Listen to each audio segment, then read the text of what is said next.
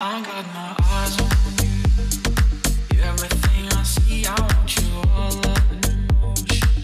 Endlessly, Nous avons le Club Afrique d'Airbus et le Global African Heritage de Gaha. L'idée de tous ces réseaux, c'est de se mettre ensemble pour travailler en bonne intelligence avec nos managers, parce que nous aimons nos entreprises et nous voulons que nos entreprises aillent de l'avant.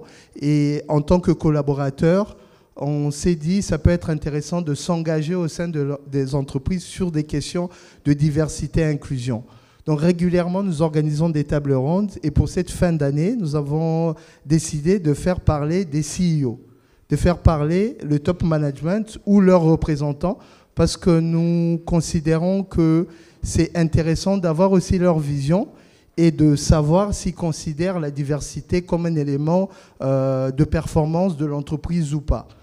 Et donc, nous sommes très heureux d'avoir quelques personnalités que je vais vous présenter tout à l'heure. Mais avant cela, je veux appeler quelques amis du Club Kesho.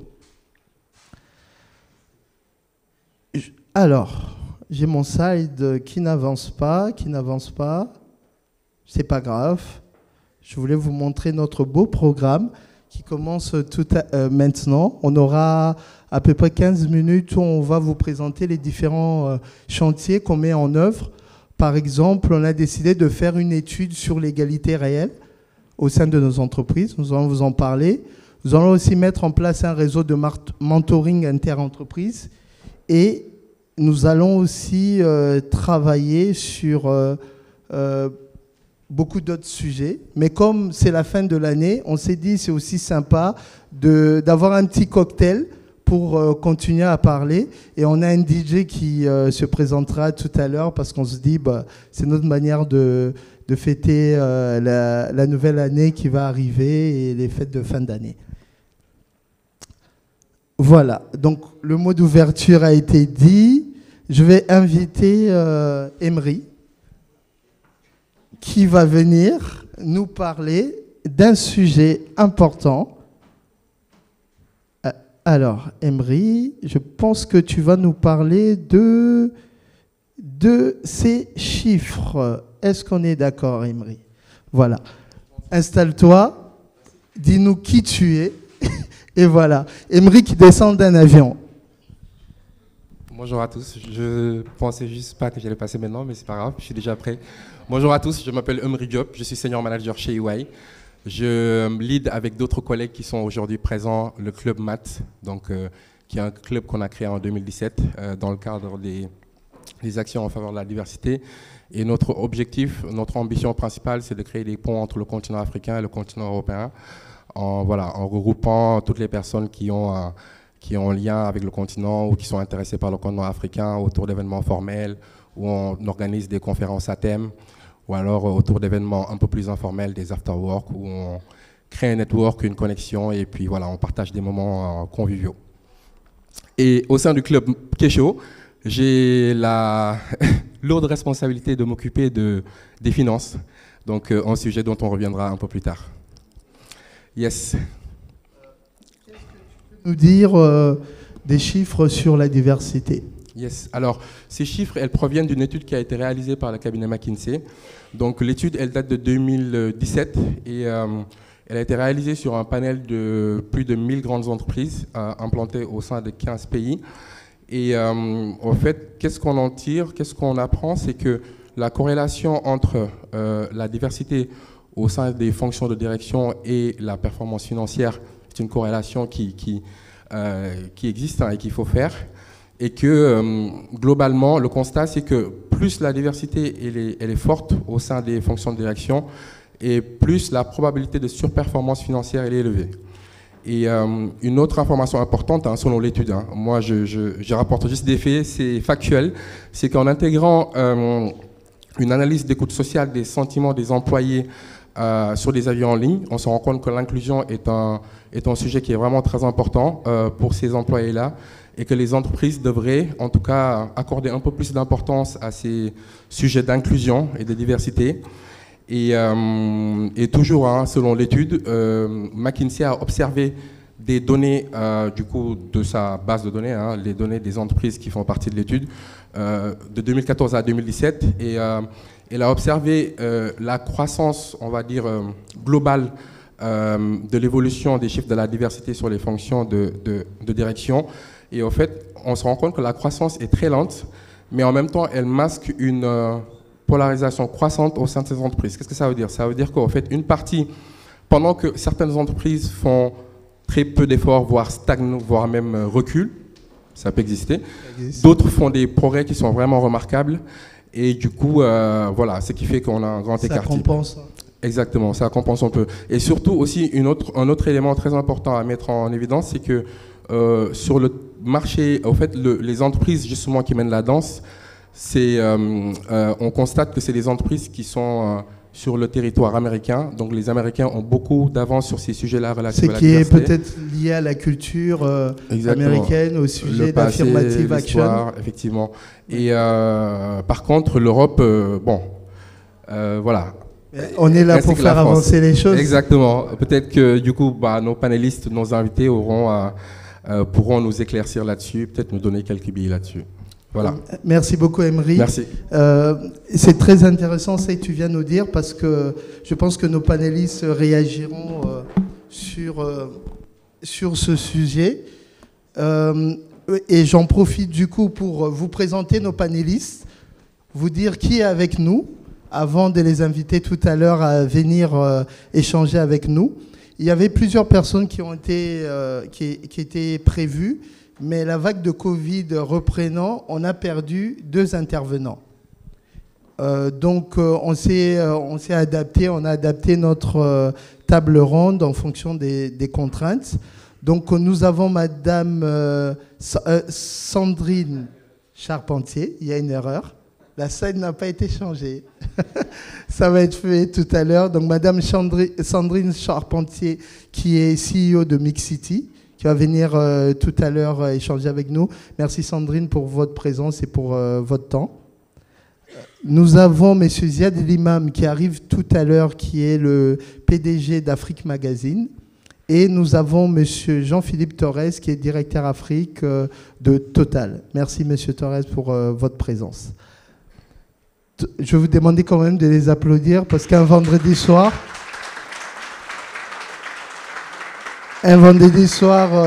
prendre de leur temps pour venir discuter avec nous, nous vous remercions énormément. Et en face de vous, vous aurez majoritairement de cadres, collaborateurs de grands groupes, des grands groupes français, mais vous aurez aussi quelques personnes aussi, je pense, des étudiants, parce qu'on s'est dit que c'était aussi intéressant d'inviter les réseaux d'étudiants d'université, parce que c'est eux qui viendront dans quelques mois ou quelques années dans les marchés de l'emploi et au sein des entreprises. Donc c'est bien déjà de discuter sur ces sujets avec des étudiants. Je vais en profiter pour inviter Charlène du Club Kécho, qui va nous parler d'un de nos projets. Charlène. Bonsoir à tous. Qu'est-ce que tu vas nous partager? Alors, aujourd'hui, je vais vous partager le projet du Club Kécho sur le programme de mentoring. Donc, tout à l'heure, Ben-Hur, il disait que le Club Kécho, c'est un think tank, un do tank. Donc, nous souhaiterions également, dans ce programme-là, accompagner des jeunes collaborateurs sur un programme de mentoring inter-entreprise pour que chacun puisse se développer, pour que chacun puisse apprendre des expériences de personnes plus expérimentées, justement. Charlène, tu as utilisé un mot inter-entreprise. Ouais. C'est-à-dire? C'est-à-dire que l'idée, c'est d'avoir un mentor et un menti qui viennent de 2 entreprises différentes. Même donc, si on sort de la logique d'avoir un mentor qui est de sa propre entreprise. Exactement. Ouais. Donc, le programme, du coup, vise à soutenir des jeunes collaborateurs, jeunes ou moins jeunes, hein, mais en tout cas des personnes qui ont vraiment ce besoin de développement de leur carrière. Et donc, nous avons besoin de mentors et de mentis avec un niveau d'engagement assez important. Je pense que c'est surtout c'est un programme, je pense, qui va durer au moins 6 mois. Donc on tablait d'avril, juin et juillet, novembre. Une rencontre entre le mentor et son menti d'au moins 1 heure, c'est recommandé, je pense. Et ensuite, l'idée, c'est d'avoir un suivi régulier pour garantir qu'on ait de très bons binômes et que les binômes soient satisfaits les uns des autres. Et aussi, on compte également organiser des ateliers de développement personnel. L'idée avec ce programme, si je comprends bien, c'est un peu du give back. C'est ça. Essayer les personnes qui en entreprise ont de l'expérience et du recul, qui puissent aider ou, disons, accompagner des profils jeunes ou moins jeunes, mais qui ont besoin d'un accompagnement. C'est ça. Donc, on a besoin de vous. Devenez mentor ou menti. Donc, vous pouvez scanner le QR code. Donc, l'idéal pour un mentor, c'est d'avoir au moins 10 ans d'expérience, toujours en activité, et qui puisse participer et soutenir le Club Kesho. Donc, on a besoin de vous, n'hésitez pas. Et moi, je pense que c'est une très bonne idée parce que ça permet vraiment de give back, comme tu dis, d'accompagner d'autres collaborateurs. Et c'est comme ça qu'on grandit aussi soi-même. D'accord. Donc, on prévoit de lancer le mentorat autour d'avril 2024. C'est ça, au printemps. Et l'idée, c'est de faire un retour d'expérience en fin d'année. Voilà. En fin d'année sur notre événement annuel de décembre. C'est bien ça. Parfait. Merci beaucoup. Merci beaucoup à Charlène. tous. Sous vos applaudissements.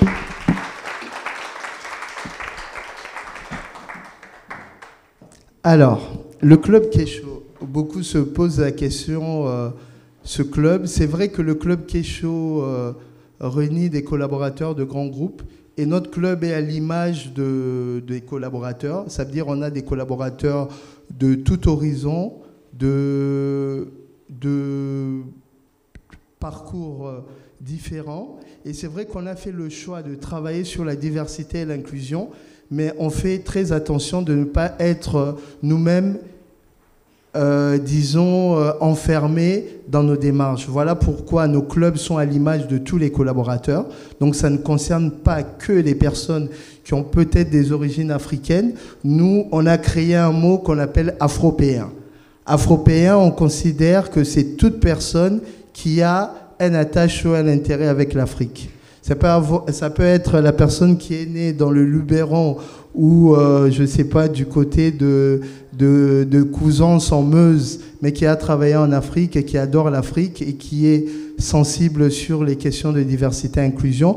Ou ça peut être la personne qui est née en Afrique ou la personne qui est née en France des parents d'origine européenne et l'idée d'origine africaine. Et l'idée avec ça, c'est de dépasser en fait les clivages, c'est vraiment de travailler sur la diversité et l'inclusion.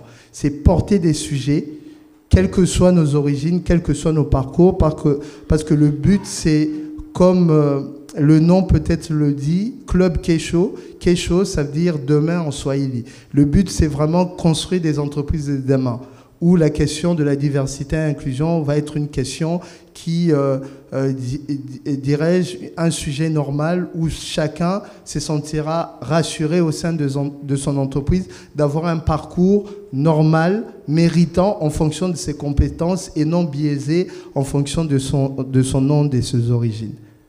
Voilà, je vais inviter Charles pour parler avec nous.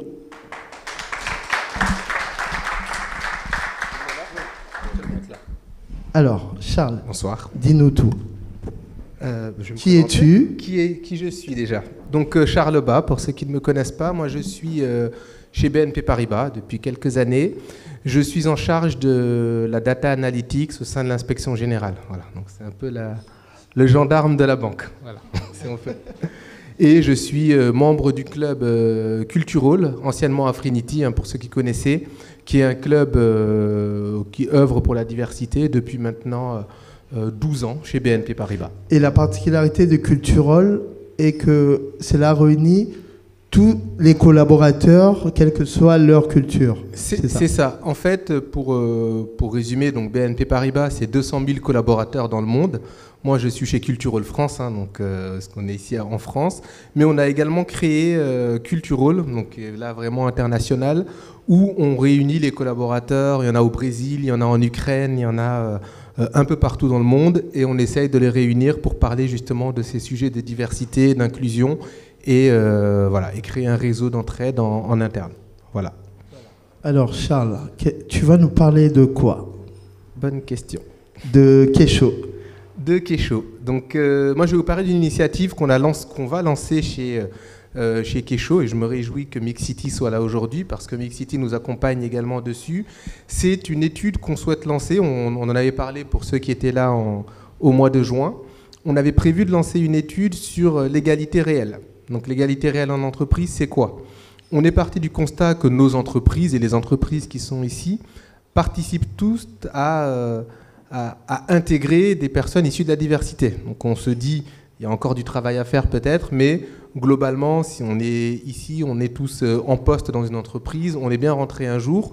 La question qu'on se pose, c'est une fois qu'on est rentré, puisque beaucoup d'associations œuvrent aujourd'hui déjà par le mentoring ou par d'autres activités pour intégrer des personnes issus de la diversité, j'aime pas trop ce terme, mais voilà, des personnes de toute origine, on va dire, dans les entreprises. Ça, c'est quelque chose qui est en train d'arriver.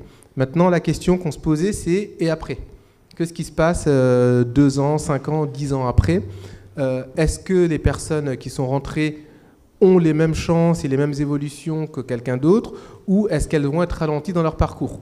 Le constat, il n'est pas né de nulle part. On a regardé un peu les organigrammes des COMEX des grandes entreprises et on s'est rendu compte que si parfois la base était très diversifiée, le sommet l'était un peu moins.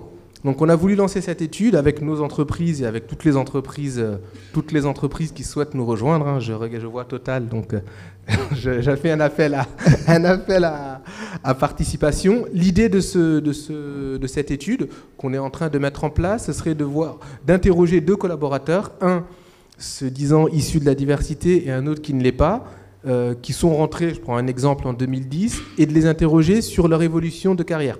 Savoir ce qui s'est passé après, comment ils ont évolué, que ce soit sur un point de vue salaire, sur le poste et autres, et de faire un comparatif. On n'est pas du tout dans on ne souhaite pas du tout tirer des conclusions avant la fin. On souhaite simplement se dire, on va les interroger, on va pousser l'enquête et se dire, est-ce que la personne qui est rentrée il y a 10 ans a eu les mêmes chances que les autres? Est-ce qu'elle en a eu plus? Est-ce qu'elle en a eu moins?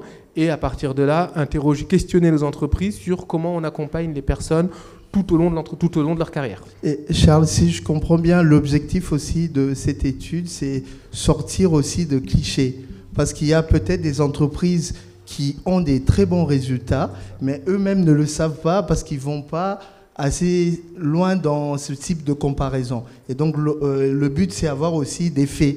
C'est ça, exactement. Donc, comme je disais, on va pas faire la conclusion avant de commencer l'enquête. Donc, on va laisser faire l'enquête.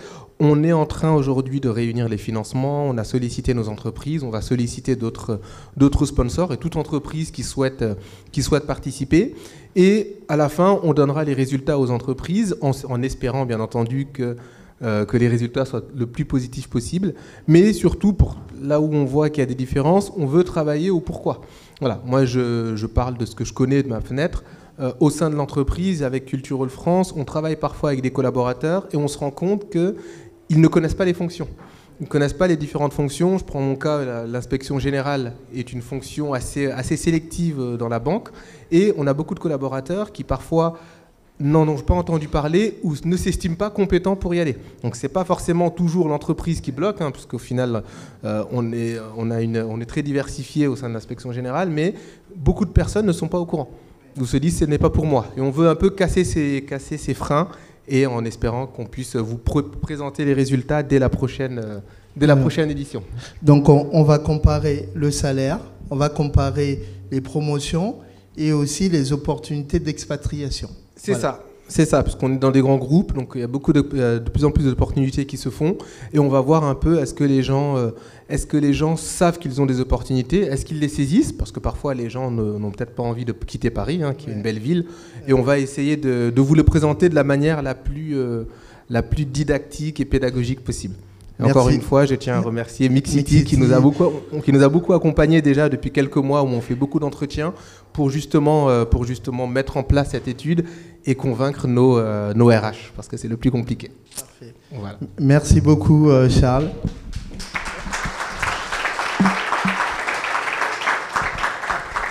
Alors, pendant que Mad est en train de changer le visuel sur Sandrine, je ne sais pas si c'est déjà fait, Mad. Encore quelques minutes, d'accord. Je te laisse le temps. Donc on va sans plus tarder passer à notre table ronde. On aura à écouter nos panélistes pendant à peu près 45 minutes, 1 heure. Et nous allons ouvrir un dialogue entre vous dans la salle et nos panélistes si vous voulez réagir à leurs interventions ou à leur analyse. Et donc, c'est avec plaisir que j'invite Madame Sandrine Charpentier, qui est CEO de Mixity. Venez, Charmier. Bonjour à tous et à toutes, ravi d'être avec vous. Alors, Sandrine, dites-nous qui êtes-vous et quel est votre parcours ? Alors moi, je suis Sandrine Charpentier, vous l'avez tous compris. Donc CEO et cofondatrice de Mixity. D'ailleurs, je salue au passage mon équipe, Aïssatou et Dominique, qui sont dans la salle. Que je demande d'applaudir, vous allez comprendre pourquoi. Et donc moi je suis entrepreneur dans la tech depuis pas mal de temps maintenant et très engagée sur les questions de diversité, de toutes les diversités aussi dans la société et particulièrement au départ dans la tech, puisque effectivement c'est un secteur très porteur, très plein d'opportunités, et puis finalement on se trouve dans la nouvelle économie à reproduire aussi des schémas où il faut encore travailler pour avoir davantage de diversité. Et donc, avec ces engagements, d'apporter de la contribution à partir des données qui permettent de résoudre plein de problèmes dans les sociétés. On en a parlé avec Charles, qui doit manipuler ou travailler des données régulièrement sur plein de sujets importants. La donnée, ça permet aussi de résoudre des problèmes sociétaux. Et nous, avec Dominique, qui est cofondatrice de Mixity, et Jérôme, notre troisième cofondateur, qui est data scientist, on était convaincus que finalement, avec la data, on peut aussi faire bouger les lignes un peu plus vite que ce qui se passe aujourd'hui, même si la prise de conscience, l'action est en marche, avec des éléments factuels, des éléments objectifs. Et la data, on peut produire des éléments qui permettent de comprendre qu'effectivement, il y a des choses bien, il y a des choses qu'on peut faire évoluer, et on peut aller parler aux directions d'entreprise pour leur dire, voilà, il y a un état des lieux, mais maintenant on peut agir parce qu'on sait quels sont nos enjeux et on peut progresser. Donc c'est comme ça qu'on a créé Mixity, dont je parlerai un petit peu plus tard. Merci. Sous vos applaudissements. Merci beaucoup. Sandrine. Alors, je vais inviter M. Jean-Philippe Torres à nous rejoindre. M. Jean-Philippe Torres, qui est directeur Afrique chez Total. Bonjour à toutes et à tous. Dites-nous, qui êtes-vous? Parlez-nous un peu de votre parcours. Alors, vous voyez à mes yeux, à mes cheveux blancs, que ça fait déjà longtemps que je travaille. Il se trouve que j'ai toujours travaillé dans la compagnie Total, qui s'appelle maintenant Total Energy, comme vous le savez peut-être. Et il se trouve que durant ces 30 années de collaboration dans la compagnie, j'ai travaillé précisément 18 ans en Afrique, 4 ans en Allemagne et 3 ans et demi au Panama. où j'étais en charge de l'Amérique du Nord et de l'Amérique centrale. 18 ans en Afrique, selon le critère Kécho, vous êtes afropéen. J'espère bien. Mais c'est vous qui décidez. Hein, moi, oui, c'est sûr. Donc j'ai travaillé alors, comme je suis vieux, j'utilise les vieux mots, mais j'ai commencé au Zaïre, qui est devenu la RDC. Ensuite, j'ai travaillé au Sénégal, en Gambie, au Togo, Bénin, puisqu'à l'époque, on avait encore une filiale au Bénin. J'ai travaillé au Nigeria, je travaillais au Congo. Alors, je vous l'ai dit, en Allemagne, et puis au Panama, au Nigeria aussi. Mon dernier poste en Afrique, c'était au Nigeria. Donc effectivement, j'ai passé beaucoup d'années en Afrique. Et puis, après quelques pérégrinations au siège, je suis depuis en gros 2 ans et demi le directeur Afrique de notre branche marketing et services. Chez Total Energy, il y a 2 directeurs Afrique. Il y en a un qui s'occupe en gros on appelle ça l'exploration-production, donc le brut. Puis un autre qui s'occupe de vendre le carburant raffiné et les lubrifiants et tous les autres produits pétroliers. Et ben, c'est ma responsabilité. On opère dans 37 pays, quasiment partout en Afrique. Monsieur Torres, on va aller directement dans le vif du sujet. Que pensez-vous des questions de la diversité? Et pensez-vous que c'est une priorité pour les CEO en général ou pour votre entreprise en particulier? Pour les CEO en général... Bienvenue, Monsieur Ziad Limam. Allez-y, installez-vous directement. On va vous présenter tout à l'heure. Merci beaucoup. Monsieur Torres. Pour les CEO en général, je ne saurais pas dire, mais en tout cas... Pour ce qui concerne celui de Total Energy, c'est absolument évident. Et pour tout vous dire, avant de venir ici, on a un peu échangé par mail avec Bénur. Et quand j'ai vu cette question, je me suis dit, mais comment on peut encore se poser cette question au fond? Alors, c'est vrai, je travaille à la direction Afrique, la diversité, c'est évidemment le cœur, enfin, un des éléments et un des moteurs de mon activité. Mais évidemment que c'est essentiel, c'est au cœur de nos préoccupations. Et chez Total Energy, on a, depuis le top management jusqu'à l'ensemble des équipes opérationnelles, à cœur de travailler ces sujets de diversité. C'est essentiel. Et une fois encore, ce qui me choque un peu, c'est de dire est-ce que c'est utile et ce que je viens de dire est une connerie. Travailler ces sujets, non, c'est travailler notre business, c'est travailler la façon d'être meilleur au quotidien. Et pour être meilleur au quotidien, évidemment qu'il faut être divers.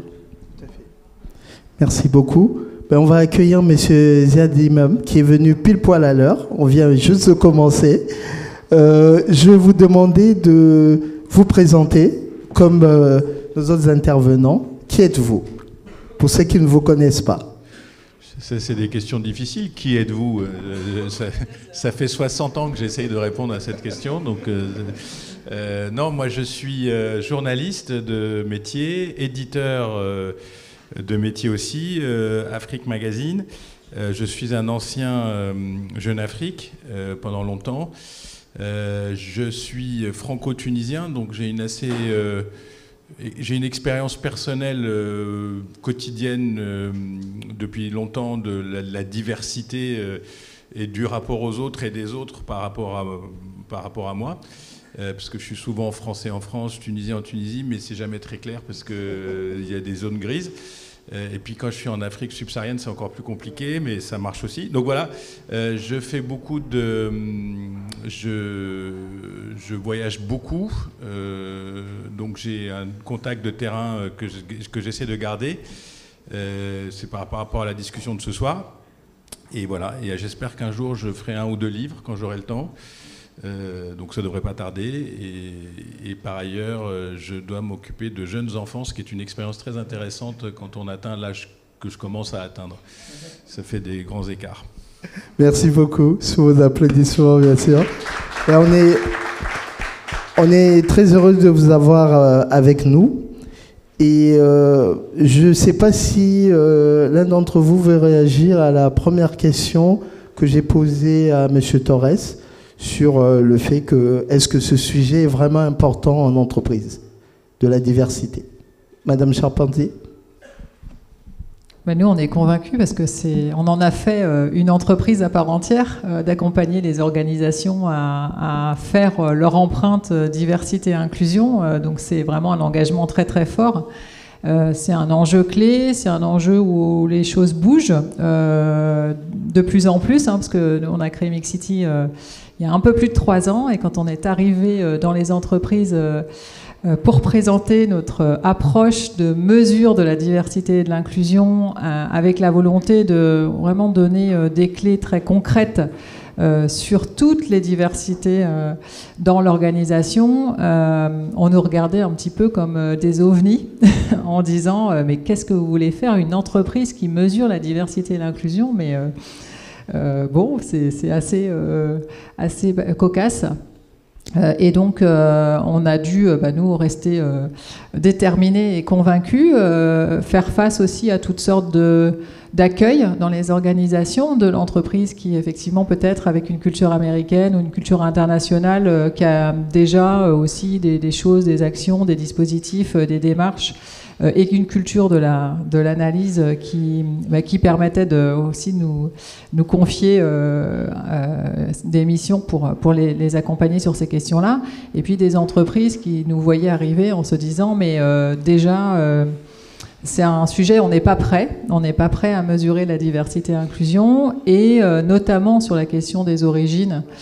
Où on nous disait beaucoup, mais ce que vous faites, on ne peut pas le faire en fait. Donc c'est interdit en France de mesurer la diversité des origines. Et donc, on ne pourra pas travailler ensemble. Donc, il y a eu tout un cheminement, ou alors aussi une prise de conscience de cette question de... On peut faire de la diversité et de l'inclusion dans la façon de monter des programmes dans les organisations, de travailler sur le recrutement inclusif, sur le management inclusif, etc. Mais d'aller regarder en détail et mesurer, c'est une prise de conscience qui est assez récente et qui doit être aussi portée par le top management, la direction générale, parce que c'est un engagement quand même assez fort pour une organisation de se dire on va regarder un petit peu ce qui se passe, avec aussi un peu un côté on ouvre une boîte de Pandore. Et cette boîte de Pandore, à un moment donné, il va falloir aussi, comme vous le disiez très bien tout à l'heure, les chiffres c'est bien, les analyses c'est bien, mais en fait il faut agir derrière, il faut rendre des comptes, il faut aussi démontrer qu'on a compris et qu'on met en place des actions. Et donc là, c'est aussi rassurer sur le fait que on peut, évidemment, sur des sujets qui sont très complexes comme ceux qu'on adresse, on a des marges de progrès, on a des choses qui sont très complexes, qui dépendent de plein d'enjeux, et on ne peut pas forcément, avec un coup de baguette magique, tout régler, mais on se met au travail, on avance, on construit et on déploie. Monsieur l'imam, une réaction ? Enfin, des choses comme ça, très instinctives, parce que moi je ne suis pas spécialiste de la question, je le vis, je vous le dis de manière personnelle, mais la première difficulté, il me semble, c'est de ne pas mettre le mot diversité uniquement sur un terrain institutionnel. C'est-à-dire que la pratique quotidienne dans une entreprise ou dans une organisation de la diversité, ce n'est pas uniquement le cadre institutionnel ou le mot, si on l'utilise de manière politique, mais il n'y a pas que des grandes entreprises aussi, il y a des entreprises plus petites. Et puis, tout le monde n'est pas qu'en France. Moi, je suis toujours fasciné par les questions de diversité en Afrique. C'est-à-dire, on inverse la question et on voit comment des gens venant d'horizons différents qui vivent en Afrique peuvent travailler ensemble sur un même sujet. Ou si vous prenez encore un autre exemple encore plus spectaculaire, c'est le fait qu'aujourd'hui, en Afrique, il y a des multinationales africaines qui se déplacent d'un pays à un autre ou qui investissent dans différents pays et qui donc elles-mêmes ont des contraintes ou des opportunités de diversité et qu'elles ne le vivent pas forcément mieux que ce qu'on fait en France. Je peux vous citer des exemples. Par exemple, Royal Air Maroc, qui est une compagnie maintenant panafricaine, ou Ethiopian Airlines, qui sont des compagnies panafricaines, c'est-à-dire qu'elles desservent 30 ou 40 pays, elles ont des bureaux, elles ont des organisations, elles ont du staff, mais elles sont souvent renvoyées à cette question de diversité parce que dans l'avion, ça reste le Maroc encore, et dans les bureaux et dans les staffs, etc. Et puis, Vous pouvez aller aussi dans les pays du Golfe, où alors là, on est dans le monde inversé, c'est-à-dire que les gens du pays ne représentant que 10% de la population et 3% de la population active, alors on est dans la diversité totalement inversée. C'est-à-dire qu'il faut faire rentrer des gens de son pays dans le travail pour que ce ne soit pas que des étrangers. Donc c'est pour ça que je trouve que en France, c'est très politique et très... c'est-à-dire qu'on est sur des sujets du vivre ensemble, dans une société qui est polarisée sur l'intégration, qui est polarisée sur l'immigration, qui est polarisée sur les... Qu'est-ce qu'un apport extérieur? Bon, on n'a pas réglé ça en France 60 ans ou 70 ans après les indépendances et après un siècle et demi de colonialisme. On n'a pas tout réglé. Mais ce que je voulais dire là, à ce stade-là, c'est que ce n'est pas uniquement une question française, c'est une question qui s'adresse à tout le monde, dans le monde entier. Comment faire en sorte de faire rentrer la diversité. Vous savez, on dit diversité, mais moi ce qui m'intéresse, c'est diversité culturelle aussi. C'est-à-dire que quelqu'un qui vient de là n'a pas la même manière de voir que quelqu'un qui vient de là. Et on ne peut pas le forcer à voir les choses comme le premier quelqu'un. Il faut que les deux quelqu'un se retrouvent à un endroit. Et moi, j'ai beaucoup appris avec Momar. Donc je ne sais pas si on en parlera, mais Momar Nguer, qui a été le premier membre du COMEX de Total, il est sénégalais. Et président du Conseil de la diversité voilà. De Total Energy, le premier. Voilà. Et ben Momar, il a des tas de choses à raconter si un jour vous le croisez sur son vécu personnel, parce qu'on n'est jamais très loin, et je me permets de mettre les pieds dans le plat, la diversité, on n'est jamais très loin de la perception de l'autre au sens ethno-culturel. Je vais utiliser une petite définition un petit peu comme ça, un peu safe. On n'est pas loin de la définition du rapport ethno-culturel. Donc voilà, est-ce qu'un grand patron black d'une organisation majoritairement blanche, est-ce que ça fonctionne en termes de diversité et comment ça fonctionne dans la réalité quotidienne? Moi, c'est ça qui, en tant que journaliste, c'est ça qui m'intéresse. Merci beaucoup, très intéressant. Je vais revenir à vous, Monsieur Torres.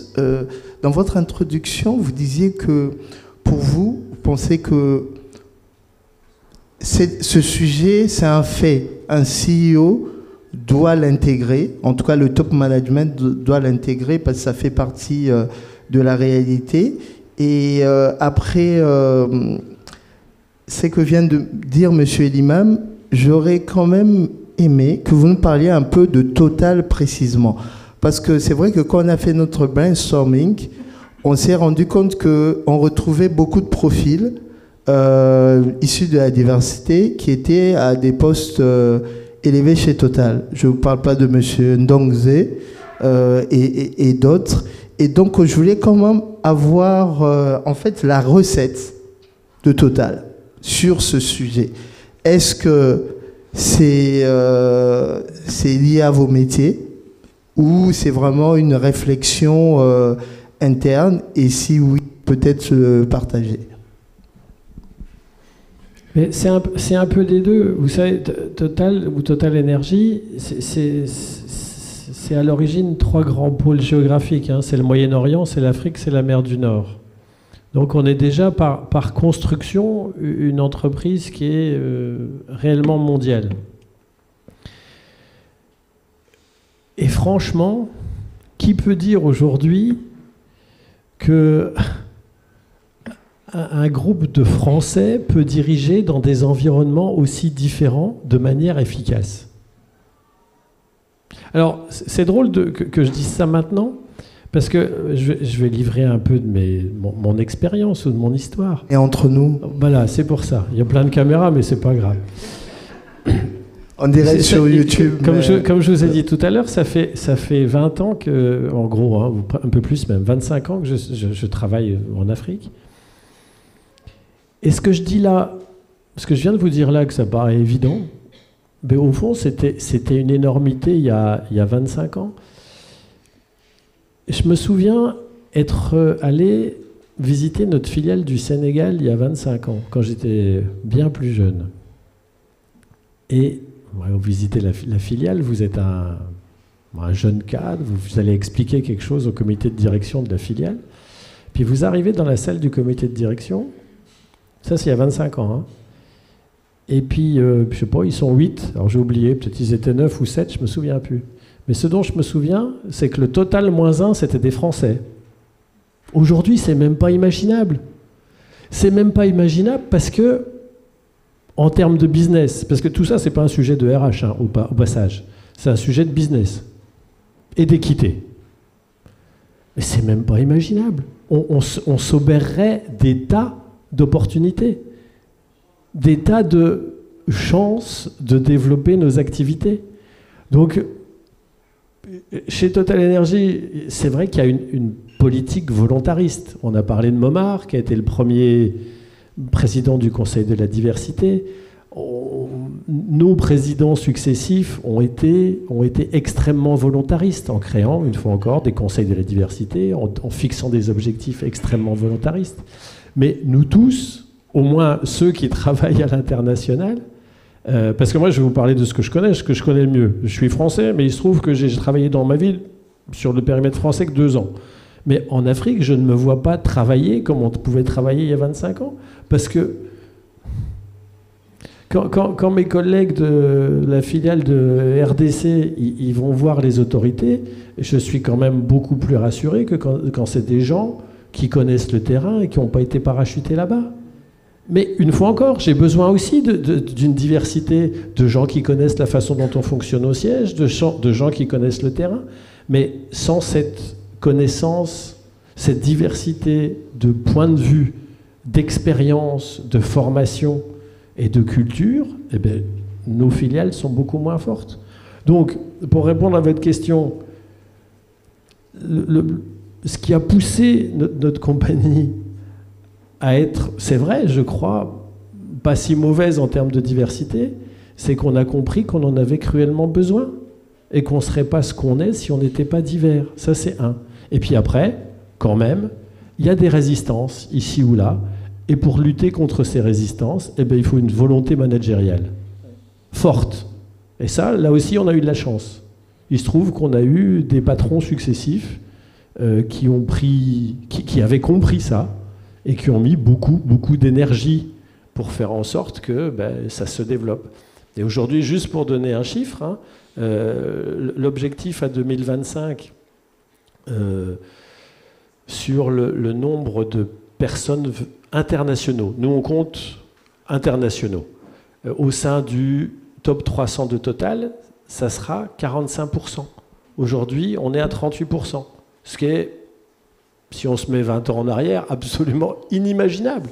Mais c'est une décision, une volonté managériale qui s'est confrontée à la réalité du business. Merci beaucoup pour ces éléments très factuels. Cela me pousse à me tourner vers Madame Charpentier, parce que le Club Kesho a été nominé il y a peu pour un prix de la diversité. Et on se faisait la réflexion avec quelques collègues, c'était d'avoir l'impression que les sujets d'égalité homme-femme, les sujets d'handicap, les sujets générationnels étaient plus portés par les CEO et peut-être moins les sujets des profils internationaux comme chez Total. Et la question, c'était de savoir, est-ce que vous avez aussi cette impression que il y a peu d'entreprises qui sont vraiment sous cette logique d'avoir des profils internationaux, donc des profils qui viennent un peu partout, ce qui crée directement la diversité, ou vous sentez un peu des résistances? C'est une bonne question. Effectivement, déjà bravo pour cette nomination pour le Grand Prix Diversité et Inclusion de cette année. Sur effectivement la maturité, on va dire, des engagements et des démonstrations de la diversité sur la question de l'égalité femmes-hommes, sur la question du handicap, sur la question des âges dans les organisations, c'est quelque chose qui est effectivement assez bien adressé aujourd'hui parce que la loi, tout simplement, s'est durcie depuis plusieurs années déjà et a permis d'avoir des progrès en demandant aux entreprises de s'engager sur ces questions d'égalité des chances, d'égalité des opportunités, d'égalité d'accès à des postes clés. Sur l'égalité femmes-hommes, vous connaissez toutes les lois, notamment sur l'index d'égalité salariale femmes-hommes, l'index Ménico, qui a permis de régler aussi des écarts non expliqués de rémunération entre les femmes et les hommes. Il y a aussi la loi Copé-Zimmermann, qui a depuis 10 ans encouragé les entreprises à nommer des femmes dans leur conseil d'administration. Donc on voit bien que c'est quand même la loi qui contraint et qui pousse les organisations, même si elles ont envie et qu'elles ne sont pas par définition non plus dans une volonté de discriminer, mais quand même en proposant des évolutions des lois et des réglementations contraignantes, les entreprises évoluent aussi sur ces questions de représentation et d'évolution de carrière. On a aussi récemment renforcé cette approche de représentation notamment pour les femmes dans les COMEX, les CODIR et dans les instances de représentation et de direction des entreprises. Donc c'est des choses qui sont prises, qui sont portées par les organisations, les RH, les directions générales, qui doivent démontrer leur performance sur ces questions-là. Sur le handicap, il y a le taux de 6% qui implique aussi des engagements et des obligations des entreprises de négocier des accords, de pouvoir mettre en place des vrais dispositifs et de suivre ces dispositifs. Donc on voit, la loi embarque et encourage des entreprises à agir sur ces questions-là.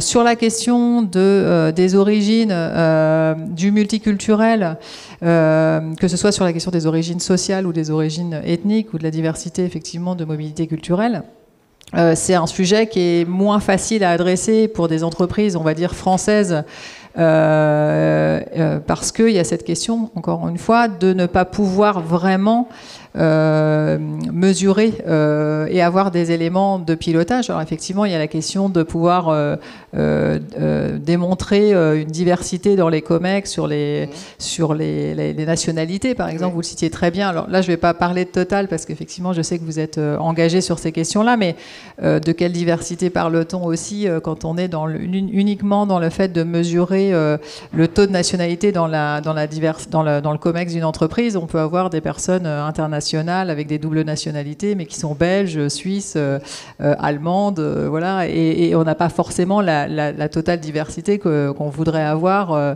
ethno-culturelle notamment.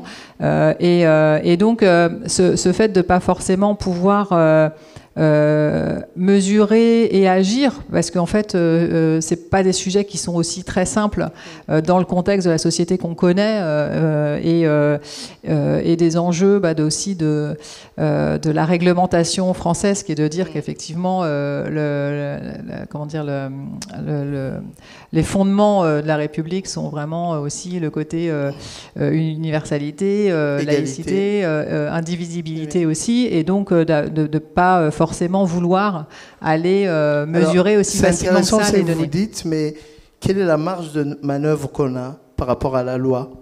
Alors voilà, donc nous, ce qu'on fait, c'est qu'on rassure les entreprises sur ces questions-là pour leur dire, oui, vous pouvez mesurer et vous pouvez agir et vous pouvez mettre en place des actions qui permettent de démontrer aussi, de façon très concrète, le fait que les personnes de différentes origines peuvent accéder à des opportunités, à des postes clés dans l'entreprise, que c'est visible aussi au quotidien, comme vous le disiez très bien, dans la vraie vie, effectivement, quand on se promène dans une entreprise ou quand on voit les postes clés, qu'on puisse voir vraiment cette inclusion se démontrer par elle-même, mais aussi d'avoir des éléments qui permettent de mesurer dans le cadre de la loi la diversité des origines, donc avec un ensemble de dispositifs qu'on met en place où on peut à la fois mesurer, par exemple, nous en tant qu'acteurs externes, la diversité sur des données onomastiques, donc sur les noms-prénoms, on peut fournir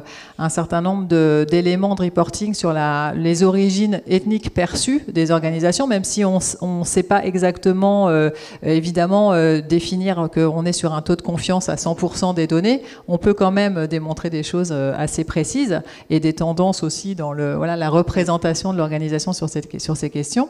Et puis, on peut aussi faire des sondages, comme on l'a imaginé aussi dans cette démarche d'études, pour interroger les personnes dans l'entreprise, les personnes concernées, et permettre de voir concrètement sur la perception ou sur la déclaration quels peuvent être les écarts en termes de rémunération, en termes de mobilité, en termes de ressenti de perception de la promotion, qui va permettre de donner des clés et des informations qui apportent une certaine objectivité dans où on se situe, qu'est-ce qu'on a pu mettre en place et comment on peut progresser.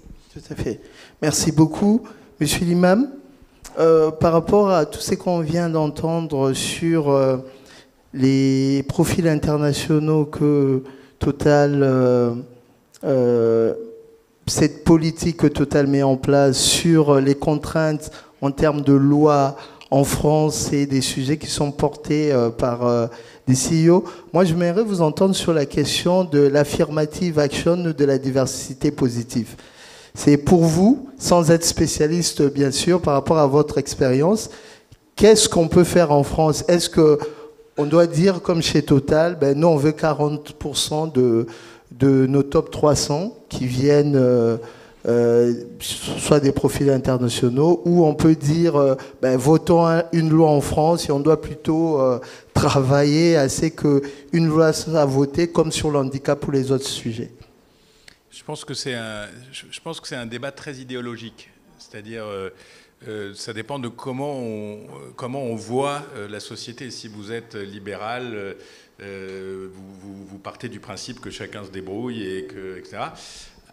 Après, moi, mon ressenti, c'est qu'il y a dans les sociétés des retards structurels qu'il faut combler, et il y a dans les sociétés des situations qui sont héritées de faits historiques qui ont créé des désavantages qu'il faut combler parce que c'est un mécanisme de stabilisation des relations dans la société. Et on peut prendre des cas, on n'est pas obligé d'être en France, on peut regarder le affirmative action aux États-Unis et on peut regarder ce qui s'est passé en Afrique du Sud, qui sont des cas extrêmement intéressants. On voit très bien qu'aux États-Unis, s'il n'y avait pas eu de l'affirmative action dans les années 70, 80, 90, on n'aurait pas pu récupérer toute une partie de jeunes talents, en particulier afro-américains, qui ne seraient pas rentrés dans les universités, qui ne seraient pas rentrés dans le système éducatif, etc. Et en Afrique du Sud, c'est encore plus frappant. Sans le Black Empowerment, il n'y aurait pas aujourd'hui une technostructure black qui a pris des postes dans le pays, etc. Après, les résultats à long terme, ça peut être décevant, ça peut se discuter. Est-ce que, c'est l'argument de la droite américaine, est-ce que le fait de pousser des minorités, est-ce que c'est pas au dépens de majorités qui du coup sont exclues du système?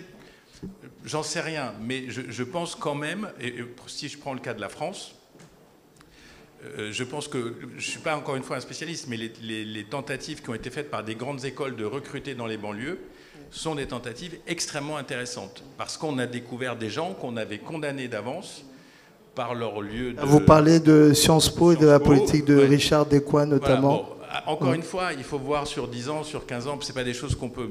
Mais voilà, on a, ici en France, on a des populations qui sont désavantagées, qui ont besoin d'accéder plus facilement... Après, il y a des critères de sélection, il y a des mécanismes, mais il faut aider parce que pour le moment, elles sont trop désavantagées. Et encore une fois, c'est important pour l'équilibre social d'un pays. C'est-à-dire que vous ne pouvez pas rester juste sur l'idée que ben, c'est comme ça. Non, c'est pas comme ça. Il faut aider pour qu'on puisse vivre ensemble. Et aussi, après je m'arrête, l'école est quand même... Enfin, l'école, la fac, l'université, la grande école, c'est formateur à partir de concepts communs. Et donc, ça permet d'encadrer la diversité d'une certaine manière parce que vous rentrez dans un cursus que tout le monde doit partager. Alors, vous amenez votre histoire, vous amenez votre passé, vous amenez votre culture, vous amenez votre race, vous amenez votre pathos, votre émotion, mais quand vous rentrez à Sciences Po, bah, il y a un moment, il faut rentrer à Sciences Po.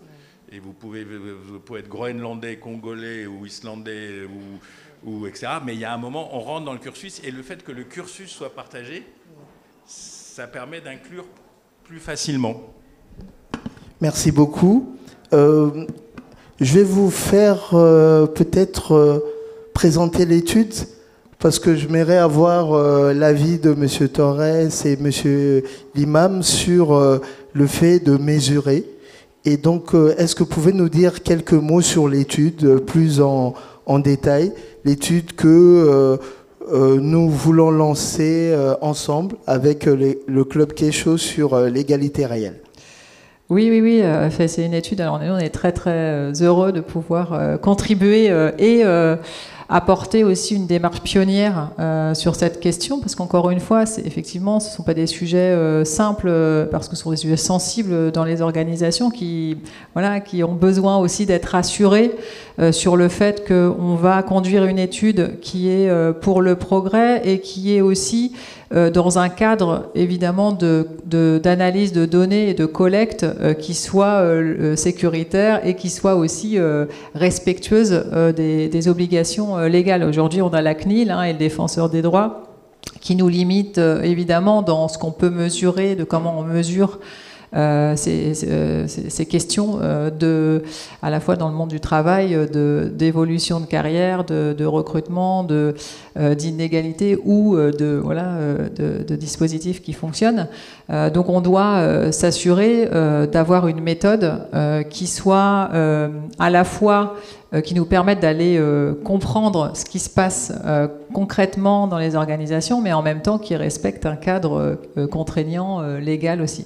Et donc avec Mixity, notre équipe, je vois Aïssatou qui a beaucoup travaillé sur ce projet d'étude avec vous, et notamment aussi notre partenaire avec qui on s'est allié pour cette démarche et cette approche, donc Étienne Allais de la société entre autres, qui travaille depuis de longues années déjà dans l'analyse et l'expertise, l'audit sur tous ces sujets aussi de diversité, notamment des origines dans les organisations.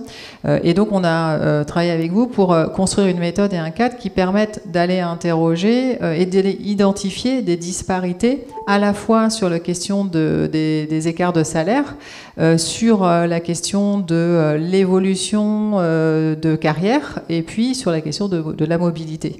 Donc pour à la fois avoir des données concrètes... Parce que peut-être pour faire un lien avec ce que M. Torres disait tout à l'heure, nous on remarque dans beaucoup de nos entreprises que les représentants de nos entreprises dans des filiales sont pas assez diverses comme on le voit dans d'autres entreprises. C'est qu'on garde encore l'idée qu'il faut envoyer des bons Français bien de chez nous dans les filiales et pas ces Français issus de la diversité. Exactement. Donc c'est vrai que c'est important d'aller regarder toutes ces questions.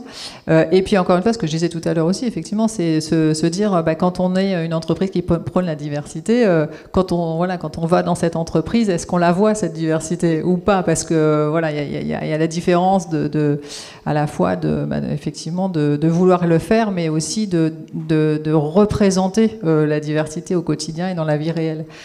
Et donc de vraiment travailler sur une méthode qui permette d'aller à la fois avoir collecté des données de façon exhaustive et poussée. Donc c'est quelque chose d'assez innovant parce que vraiment c'est progressiste et ça permet d'aller voir concrètement ce qui se passe, mais aussi de ne pas rester, comme on le disait, sur un constat, mais aussi de proposer un partage de bonnes pratiques de la part des différentes entreprises qui sont engagées sur ces questions et qui vont mener cette étude et qui vont être pionnières aussi dans cette approche pour donner les clés aussi de ce qui marche bien, de ce qui se fait, pour inspirer d'autres organisations sur ces questions-là, et puis d'avoir un ensemble de recommandations qui permettent aussi d'avancer et de progresser concrètement, en fait. Pas d'attendre, encore une fois, que les choses se fassent naturellement, parce qu'on dit souvent, nous... oui, on est naturellement inclusif, donc il n'y a pas de sujet chez nous. Ouais.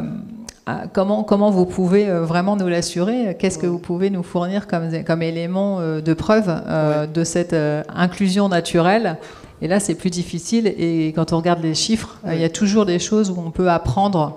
Et le but, c'est effectivement de se poser les bonnes questions, de regarder les éléments tels qu'ils sont pour, dans la vraie vie, aussi faire évoluer les choses. Monsieur Torres, je me tourne vers vous. L'idée de cette étude me fait penser en fait à vos top 300 dont vous venez de parler. Est-ce que c'est dans cette idée-là que vous êtes dit, au sein de notre entreprise, on doit pouvoir diversifier les carrières ou les réussites en interne? Parce que nous, on avait remarqué au sein de certaines entreprises, c'est qu'on parlait de la diversité à l'entrée. C'est-à-dire aujourd'hui, les entreprises peuvent vous dire, on a tel nombre de diplômés, voilà notre diversité. Mais pour les parcours en interne, il n'y avait pas de suivi. Qu'est-ce que vous faites en interne pour que quelqu'un qui est embauché aujourd'hui puisse être rassuré qu'il aura le même parcours méritant que son collègue qui a une autre couleur de peau? Alors, une fois encore, nous on regarde les statistiques en la matière sur la notion d'international. Alors, je comprends votre point, hein, Belge, machin. Nous, on n'a pas beaucoup de Belges. On en a eu beaucoup des Belges du Tour de FINA, mais c'est un peu fini. Mais en tout cas, à la direction Afrique, on n'a pas beaucoup de Belges, je vous rassure, ni de Suisses. Le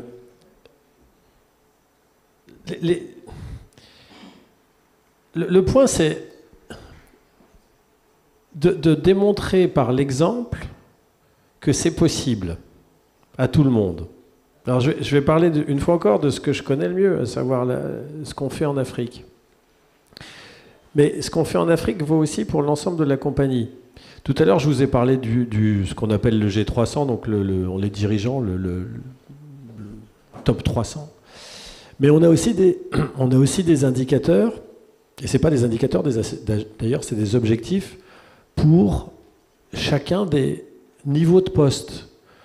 Pour les cadres supérieurs, on a aussi des indicateurs, on a des pourcentages, on a des objectifs.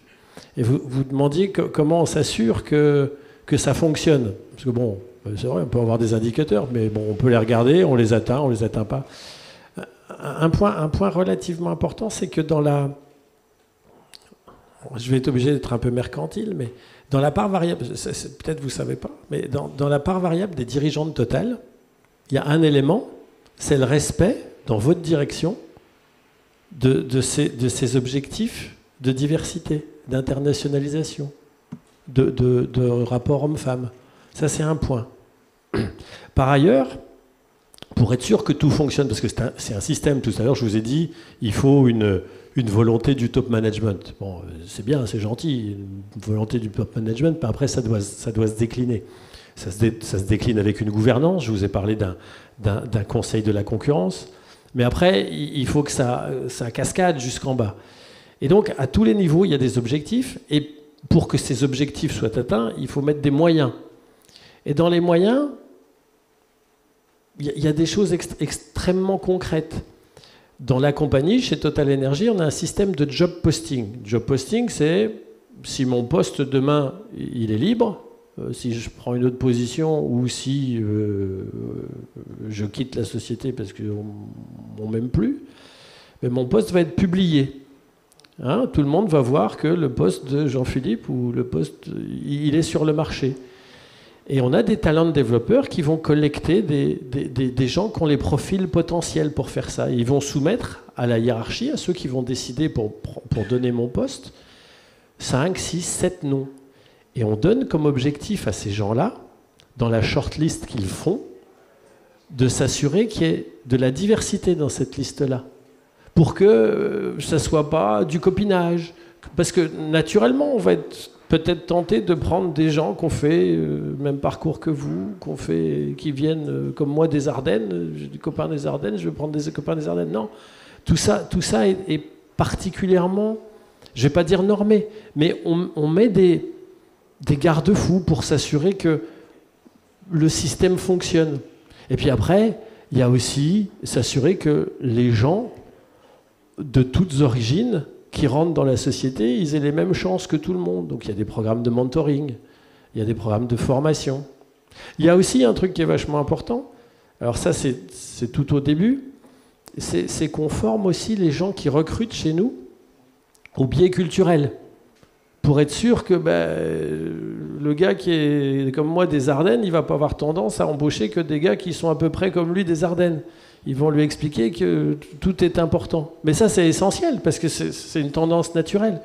Donc, on a mis en place dans la compagnie toutes sortes à tout niveau, des moyens, des méthodes, des process pour nous assurer que tout ça fonctionne et que l'objectif qui a été donné par le top management pour atteindre les objectifs de diversité, qui sont, je le rappelle, pas des objectifs pour atteindre des objectifs, c'est des objectifs qui vont permettre aussi d'atteindre les objectifs business, ils aient les moyens d'être atteints grâce à un process, à un système qui fonctionne. Merci beaucoup. Je vois que je regarde les yeux de nos amis dans la salle, ils s'impatientent pour vous poser des questions. Donc on va passer à la séance de questions-réactions. On aura une vingtaine de minutes, mais avant cela, j'aimerais que Monsieur l'imam nous fasse de la prospection, de nous donner un peu un avis, parce qu'on est conscient avec ce que M. Torres vient de dire qu'il y a 25 ans, d'autres choses ne se faisaient pas. Aujourd'hui, avec ce que Mme Charpentier vient d'évoquer, il y a des lois, il y a des choses qui se sont faites. Et vous, dans 30 ans, dans 40 ans, comment vous voyez notre société sur ces questions? Si je savais, j'aurais des... non, notre société, vous parlez de laquelle? De la France. Okay. Là, vous avez des Français de différentes origines. Le Club Kécho, c'est des entreprises françaises qui sont à l'international. Dans notre société, sur cet angle-là, entreprises françaises à l'international avec des Français ou des citoyens d'autres nationalités, mais qui sont ici. Je vais y venir. Je voulais réagir à ce que vous avez dit tous les deux. Je pense que c'est extrêmement intéressant, mais que ça ne fonctionne que dans les grandes boîtes. Et que dès que vous allez dans des structures plus petites, la norme devient extrêmement fluctuante, adaptée au patron, pas patron. Enfin, c'est tout de suite très compliqué. Et donc, je pense qu'un des défis justement de la diversité, c'est les PME, PMI, TPE, TPI, commerce, etc. Parce que là, la norme, elle ne s'applique pas de la même manière et le dirigeant, je ne sais pas quel est le statut de la loi pour les petites entreprises, est-ce qu'elles sont soumises aux mêmes contraintes, mais ça me semblait un point intéressant par rapport à ce que vous disiez. Alors la France dans 30-40 ans, moi je pense que c'est un pays qui est à la fois naturellement porté à la diversité et à la fois très réactionnaire. Et donc on est tout le temps dans cette espèce de balancier. C'est un pays qui est naturellement, historiquement ouvert. Hein. Je ne parle pas que de la période coloniale. Hein. C'est un pays qui a des façades maritimes, qui a des villes qui sont ouvertes sur l'extérieur. C'est un des plus grands pays de tourisme au monde, sinon le premier à certaines périodes. On a une jeunesse qui s'expatrie assez facilement. Ça m'impressionne toujours. C'est 25, 28 ans qui partent à l'autre bout du monde, travailler, explorer, etc. Et en même temps, il y a des réflexes extrêmement conservateurs parce que la question de l'identité, comme dans toutes les sociétés européennes, et surtout les sociétés, comme disait De Villepin, les vieux pays etc., c'est une question clé de la définition. Et donc, j'aime pas ces mots, mais ils sont finis par rentrer dans le vocabulaire. Les Français d'origine se posent la question de qui ils sont dans la société qui évolue autour d'eux et qui se mixe, qui se change, qui bouge, etc. On parle peu aussi du fait que l'Europe a ouvert les frontières naturelles qui donnaient une espèce de sécurité peut-être mentale. On se disait qu'on avait un espace, que c'était là. Mais maintenant, l'espace, vous passez un pont, vous êtes en Allemagne, vous passez à Vintimille, vous êtes en Italie, et c'est la même chose de l'autre côté. En Espagne, il n'y a plus de passeport, il n'y a plus d'aéroport. Enfin, voilà, je pense que tout ça, c'est très complexe pour ces vieux pays que sont les pays européens. Et qu'on a un vrai problème avec cette question, tout en étant peut-être l'un des pays qui est le plus apte à... Je suis très étonné par les discours politiques sur les diasporas. C'est le grand mot des politiciens, il faut qu'on utilise la diaspora. Là, vous avez l'échantillon représentatif. Mais on voit très bien qu'il y a une phénoménale richesse à utiliser via les diasporas, et qu'en même temps, c'est très compliqué à mettre en place, parce qu'on se heurte à des résistances intérieures qui, voilà. Mais bon, c'est clair que les gens qui sont franco quelque chose, ils peuvent parfaitement être un pont très actif d'échanges, de business, d'idées. Et je ne parle pas que de culture, hein, je parle de vrai business. Je ne sais pas moi, un franco-marocain est probablement plus souple pour faire du business avec le Maroc, ou un franco-congolais RDC ou congolais Brazzaville, ou un franco-ivoirien, beaucoup de franco-ivoiriens par exemple, qui sont très actifs dans les échanges entre Abidjan et Paris. Donc c'est clair que c'est une richesse. Et puis vous avez des partis très à droite qui sont bloqués sur l'identité, vous avez des réflexes dans les entreprises, je parlais des TPE, voilà. Mais donc on est dans cet entre-deux, mais qui n'est pas que français, hein, c'est... Dans l'avenir et à la balance, on va tous acheter des balances pour allez-y. Madame Charpentier. Je voulais juste réagir sur la question des PME, des ETI, etc. Parce qu'effectivement, c'est là qu'on a l'essentiel des gens qui travaillent. Il y a des grands groupes et qui emploient beaucoup de monde, mais il y a aussi la réalité économique de notre pays. Et sur cette question de l'inclusion, c'est quand même un sujet qui touche les entreprises de toutes les tailles, y compris, enfin, on va dire à partir de 50 salariés, avec des obligations légales qui sont aussi fortes sur les PME et les TPE, qui se renforcent de plus en plus, hein, et qui vont continuer de se développer. On vient de le voir récemment avec l'adoption en première lecture de la loi du député Marc Ferracci sur les testings notamment à l'embauche. Et non seulement il y a la loi, mais il y a aussi les personnes, les candidats, les employés qui veulent de l'inclusion et qui veulent des preuves concrètes aussi de ces questions-là, et qui veulent que les entreprises, quelle que soit leur taille, démontrent leurs engagements, parce qu'aujourd'hui on n'a pas envie de travailler dans une société, et les jeunes générations encore moins, alors tous je pense, mais les jeunes générations, quand elles choisissent une entreprise, elles vont regarder quelle entreprise c'est, quels sont ses engagements RSE, et y compris ses engagements en termes d'inclusion. Et donc, qu'on soit une petite entreprise, une moyenne, aujourd'hui, nous, on accompagne un tiers de PME, un tiers de TI, un tiers de grandes entreprises, et elles viennent nous voir avec cette même problématique. C'est comment je fais pour être meilleur, pour être inclusif, pour avoir des dispositifs concrets qui me permettent de démontrer nos engagements, en fait. Donc c'est de plus en plus, et je pense qu'on va aller de plus en plus vers cette démonstration objective et concrète de l'égalité des opportunités. Merci beaucoup. Je veux demander d'applaudir nos intervenants qui nous ont parlé avec beaucoup d'ouverture et des précisions dans leurs analyses. C'est à vous la parole. Je vais vous demander d'être concis dans vos questions, de vous présenter, de dire de quelle entreprise vous êtes. Et voilà. Première question. Oui, bonjour, Jean-Luc Abongo. Jean-Luc, on ne te voit pas. Ah, vous ne me voyez pas. Oui. Voilà, on est obligé de dire l'entreprise. Oui, bien sûr. On doit montrer la diversité du Club Kécho. Oui, absolument. Je travaille chez Orange. C'est, je pense, une entreprise qui est vraiment en pointe, hein, quand même. Mais c'est un grand groupe, donc c'est un peu normal. Voilà, alors ma question, c'est est-ce que quand on parle de diversité, on parle aussi du plafond de verre? Ou c'est deux choses différentes? Dans le sens où, est-ce que, parce que la diversité, finalement, ça commence à se faire, hein, on va dans les banques et tout, mais dans le CAC 40, quand on voit les COMEX et tout, on n'a pas l'impression que ça avance. Est-ce que c'est deux notions qui sont différentes, ou alors on commence par là, et puis on va s'attaquer au plafond de verre? D'accord. Je ne sais pas si c'est assez clair, hein, ma question. Mais... Non, je pense. Je propose de prendre une deuxième question. Peut-être on va faire une salve de questions. Je vais prendre une dame qui est de l'autre côté. Bonsoir. Moi, je suis Mérylène Poutou, donc je suis responsable ressources humaines chez BPI France. Et donc, je travaille sur les sujets de diversité. Donc, on a du travail. J'avais une remarque, enfin une réflexion par rapport à ce que vous avez dit, Madame Charpentier, sur le cadre réglementaire. Effectivement, il y a la loi Rixin là, qui est passée il n'y a pas très longtemps pour pouvoir promouvoir l'égalité femmes-hommes. Sauf qu'en fait, il y a des limites, vu que ça ne prend pas en compte le paysage de l'entreprise. Je donne un exemple. La loi exige qu'il y ait 30% de femmes cadres dirigeantes ou dans les instances dirigeantes. Sauf qu'en fait, dans le secteur bancaire, par exemple, il y a 60% de femmes. Donc pour moi, 30%, c'est pas assez.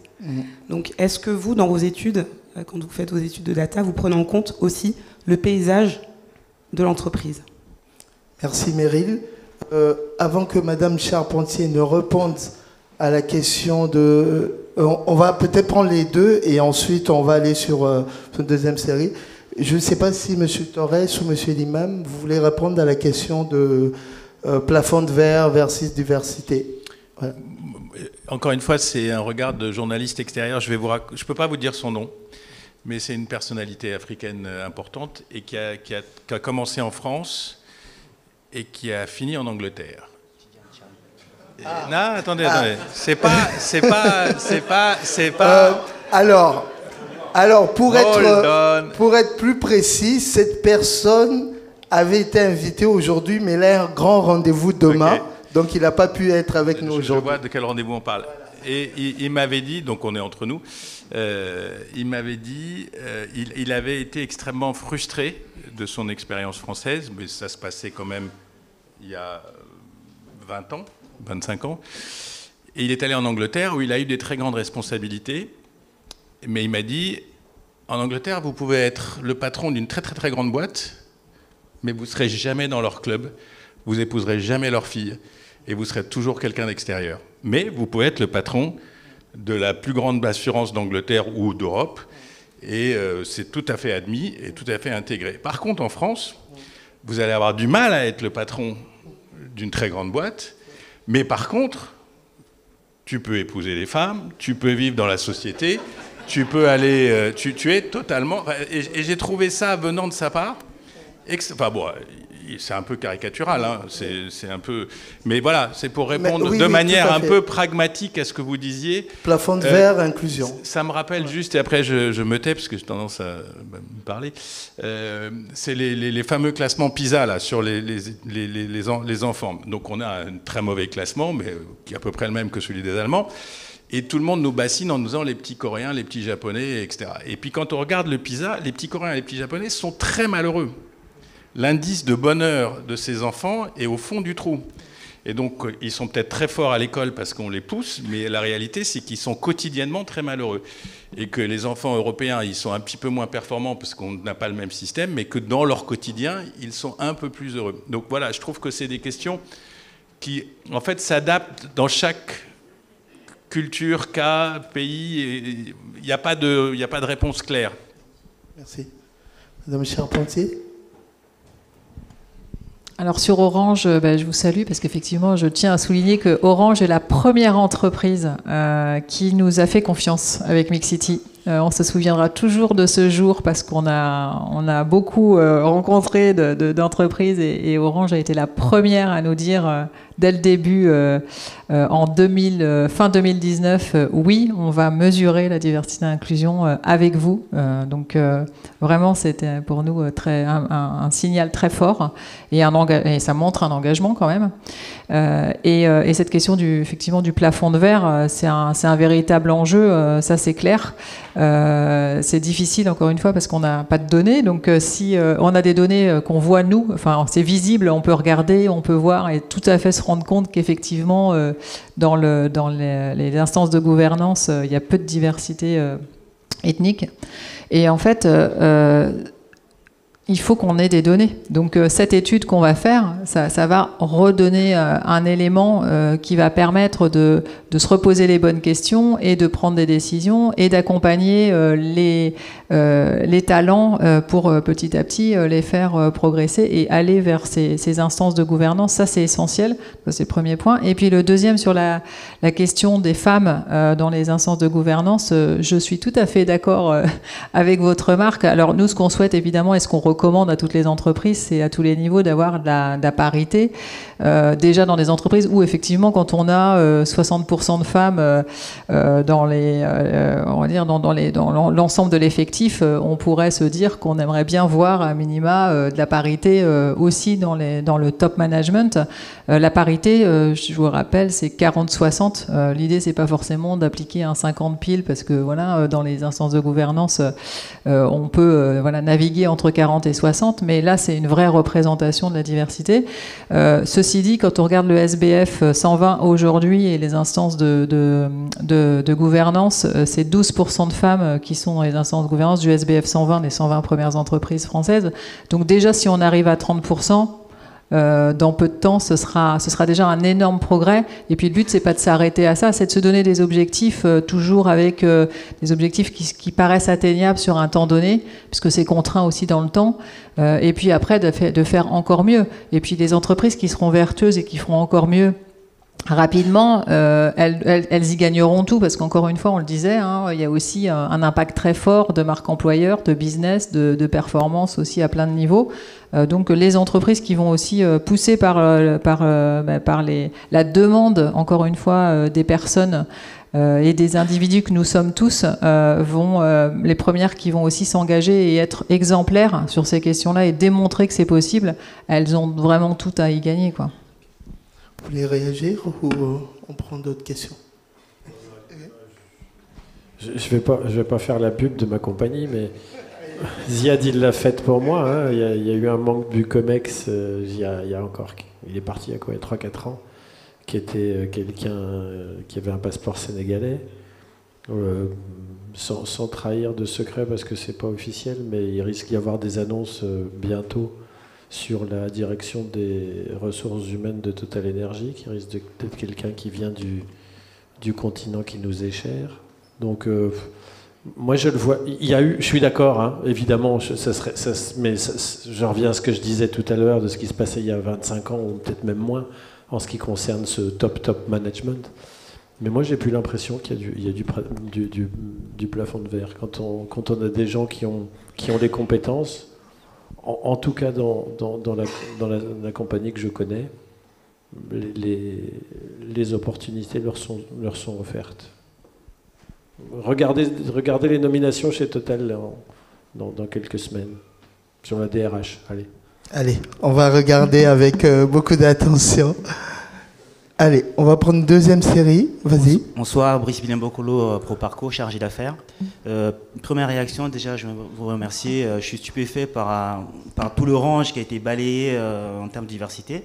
Ça n'a pas été juste focalisé sur le côté ethnique, mais on a tout balayé, le genre. Finalement, je crois que c'est ensemble-là qu'on appelle diversité cognitive. Je crois que c'est le terme à la mode. Ma réflexion, ma question est la suivante. Il y a toute une étude, il y a plein d'études, les sujets, il y a beaucoup d'études en ce moment sur ces sujets-là, c'est pour ne pas dire que c'est trendy, et la plupart des études démontrent que il y a un avantage à avoir la diversité au sein des organisations. Et alors, parmi ces avantages, il parle de résilience, parce qu'en fait, finalement, effectivement, avoir des gens qui ont le même parcours ou bien qui viennent du même domaine, à la fin, on a la même grille d'analyse. Et j'aimerais savoir si, à votre niveau, Madame Carpentier ou même les autres, si vous avez pu mesurer ça, puisque vous avez de la data, est-ce que vous avez pu quantifier l'avantage d'avoir de la diversité? Merci. Merci Brice. Autre question?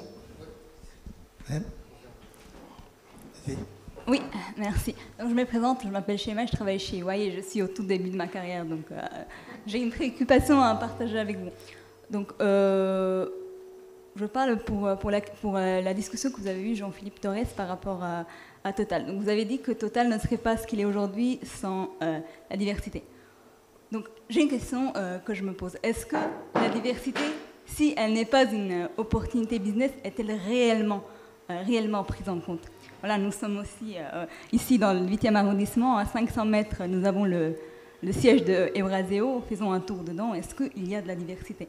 Donc, si ce n'est pas une question de business, est-ce que la diversité est-elle finalement prise en compte? On va applaudir. Voilà, très bonne question. On va prendre peut-être une troisième et ensuite on va... Donc, il y a une question pour M. Torres, une question plus pour Mme Charpentier. Allez-y. Yannick Bopunza, Cagre Alliance. Moi, c'est plus une question un peu... Pardon, on n'a pas entendu. Cagre Alliance. C'est plus une question un peu pour... parce que je pense qu'il y a des étudiants qui sont là. Bon, on est un peu tous cadres, on a un peu fait un peu tous notre carrière.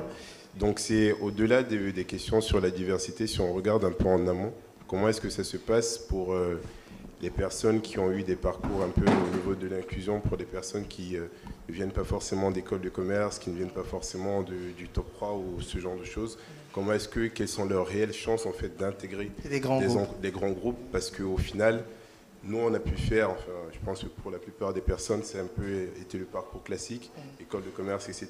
Pour les autres, qu'est-ce qu'il en est en fait réellement au niveau des chances de demain pour ces étudiants-là ou ces personnes qui ont des difficultés un peu autres que juste déjà d'intégrer ces groupes-là? D'accord. Merci beaucoup. Donc je vais vous laisser répondre. Et on commence par M. Torres. Tout à l'heure, je vous ai parlé du fait que la diversité, ça, on fait pas de la. Ce que je voulais montrer, c'est qu'on fait pas de la diversité pour dire qu'on va faire des statistiques et qu'on va être bien vu par la société. C'est que on fait aussi ça parce que c'est dans l'intérêt de nos activités. Mais à côté de ça, on a des valeurs. On a parmi nos valeurs, on a le respect de l'autre. Et c'est ce que disait Ziad tout à l'heure. Il y a eu des décennies où l'égalité des chances n'était pas au rendez-vous. Et nous tous aussi, on a envie, en tant que manager, de nous assurer que pendant notre tenure, comme disent les Anglais, eh ben, ces retards historiques soient comblés. Donc au-delà de l'intérêt de nos activités, on a aussi cette notion de respect de l'autre, d'équité, qui font que la diversité est aussi importante pour nous. Je ne sais pas si c'est la réponse à votre question, mais ce n'est pas seulement un aspect business, évidemment. Ça fait partie de nos valeurs.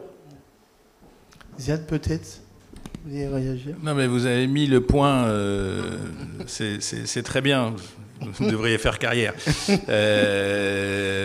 Non, mais c'est une question intéressante parce que, comme toutes ces questions intéressantes, il n'y a pas de réponse oui-non. Vous avez une réponse d'un grand corporate structure qui dit il y a une question de valeur, il y a une question de business. Et puis tous les phénomènes migratoires de l'histoire sont poussés par l'opportunité. Donc si vous êtes là, c'est que vous êtes aussi, si on est là, c'est qu'on est aussi le produit d'une histoire qui nous a amenés ici, avec des grands-parents ou des gens qui sont venus pour travailler, etc. Et que si vous, je m'adresse à ceux qui ont 15, 20, 25 ans de moins que moi, si vous voulez changer les termes du débat, c'est à vous de les changer par la réussite que vous allez obtenir dans les structures et qui permettront à vos enfants ou à vos cousins ou à vos nièces ou à vos neveux, etc., d'avoir plus d'opportunités. Et ça s'est passé toujours de la même manière dans l'histoire, dans tous les pays du monde. C'est-à-dire que les communautés qui ne sont pas, j'allais dire, born and raised historiquement, eh ben, les autres, il faut qu'ils écartent les portes, il faut qu'ils prennent de la place, il faut qu'ils imposent leur manière d'être, leurs différences culturelles, leurs différences ethniques, etc. Et tout ça, c'est très difficile. Mais vous avez beaucoup plus de chances, probablement, que vos grands-parents ou vos parents il y a 25 ou 30 ans, c'est ce qu'on disait tout à l'heure. Et c'est ça qu'il faut continuer à maintenir. Et à la fin du fin, il y a une question de business. Mais je me permets d'intervenir. Hein. Ce qu'on dit là pour ce que vous appelez Afropéen. Afropéen, vous avez pas fait attention, je m'appelle Torres. Oui. Torres, je vous ai dit que j'étais des Ardennes, mais mes grands-parents, ils sont arrivés il y a 70 ans dans les Ardennes, et ils sont venus chercher du boulot dans les aciéries. C'était pareil, ils ne parlaient pas français. Mon grand-père, il ne parlait pas français quand il avait 7 ans. Mon père. C'est la même chose, c'est exactement ce que Ziad vient de dire. Après, il y a eu des chances qui ont été données à des moments. La première chance, c'est que mes grands-parents, ils ont eu du boulot dans les Ardennes. Et puis mon père, il a pu aller à l'école de la République.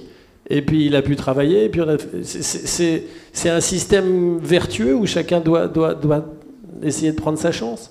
Mais moi, ce que je pense, c'est quand même que quand on dit que... Alors c'est vrai, c'est le cas des grands groupes où c'est sans doute plus facile aujourd'hui. Mais quand les grands groupes, ils se donnent ces objectifs qui ont certes un intérêt business, ça fait aussi partie de leur valeur que de permettre ces évolutions-là dans la société. Alors je vais essayer de répondre à toutes les questions en même temps parce que je pense que c'est carrément corrélé et parler de ce que je connais. et ce que je connais, c'est le monde de l'entreprise. Alors, je ne vais pas extrapoler ailleurs, hein. Mais dans le monde de l'entreprise, il y a un point de départ. Enfin, moi, on s'est tous beaucoup posé la question, parce qu'évidemment, on travaille tous les jours sur ces sujets-là. Et il y a une question quand même qu'il faut se poser par rapport à tout ça, c'est de se dire... naturellement, on va dire, si on ne doit pas considérer que la diversité et l'inclusion, c'est un facteur de performance économique, de business, etc., est-ce qu'on ferait l'effort, en fait, naturellement, enfin, je veux dire, en tant qu'individu. Et ma réponse est plutôt pas forcément. Pas forcément, pourquoi ? Parce qu'on a des biais, tous les uns les autres, voilà, c'est le fonctionnement de notre cerveau, et on travaille mieux, et je pense que vous êtes tous d'accord pour en témoigner, on travaille pas mieux, mais plus facilement, et on arrive plus facilement à se projeter dans des gens qui nous ressemblent. En fait, c'est un peu, c'est plus facile dans le sens où, je veux dire, on est, quand on connaît quelqu'un, quand on a fait les mêmes écoles, dans les codes qu'on a les uns avec les autres, quand on a fait les mêmes écoles, qu'on a les mêmes références, qu'on a la même façon d'organiser un petit peu son quotidien. C'est plus facile de travailler ensemble parce qu'on se connaît, on sait comment l'autre réagit et on a tendance à aller recruter des gens qui nous ressemblent ou aller s'entourer de gens qui nous ressemblent dans les codes et dans la façon de... voilà, toute la culture qu'on peut avoir ensemble. Donc si on ne fait pas cet effort, si on n'a pas une vigilance particulière pour travailler et adresser cette envie de diversité, au-delà de convictions personnelles, enfin, il y a des gens plus ou moins qui sont engagés. Moi, j'ai un besoin, par exemple, de justice qui me motive depuis toute petite, et c'est pour ça que Mixity aussi, enfin, je suis impliquée dans ce projet-là. Si on n'a pas ce prisme-là, qu'est-ce qui va faire qu'on va aller être vigilant à aller chercher quelqu'un qui ne nous ressemble pas? Et dans les études qui sont menées sur comment la diversité et l'inclusion est un facteur de performance, d'innovation, d'efficacité, etc., c'est pas gagné. Parce qu'en fait, ce qui est difficile, et quand vous parlez avec des personnes, des managers ou des personnes qui travaillent dans des équipes diverses, c'est difficile. Elles ont l'impression qu'elles travaillent moins bien. Parce que la diversité, ce qu'on veut au final, c'est la diversité de pensée. C'est avoir des personnes qui, avec leur code, leur expérience, leur parcours spécifique, vont enrichir une réflexion, un projet et apporter des solutions qui ressemblent à tout le monde et qui impliquent qui permettent de voir toutes les facettes du même problème avec une solution qui répond à tout le monde. Donc, quand on est différent, quand on travaille avec une diversité de pensée, généralement, on a plus la perception de ne pas bien y arriver, ou que c'est plus difficile. Parce que c'est un effort de tous les jours d'essayer d'interagir avec des gens qui ne nous ressemblent pas, de se mettre aussi dans leur basket, de les comprendre, etc. Donc c'est un vrai enjeu et un vrai challenge au quotidien de se poser ces questions, d'avancer et d'être déterminé à aller chercher des personnes différentes, parce qu'on sait qu'au final, même si on fait plus d'efforts, on va être plus performant parce que justement, on a de la diversité de pensée. Mais ça se manage, la diversité de pensée. Ça ne vient pas comme ça aussi facilement.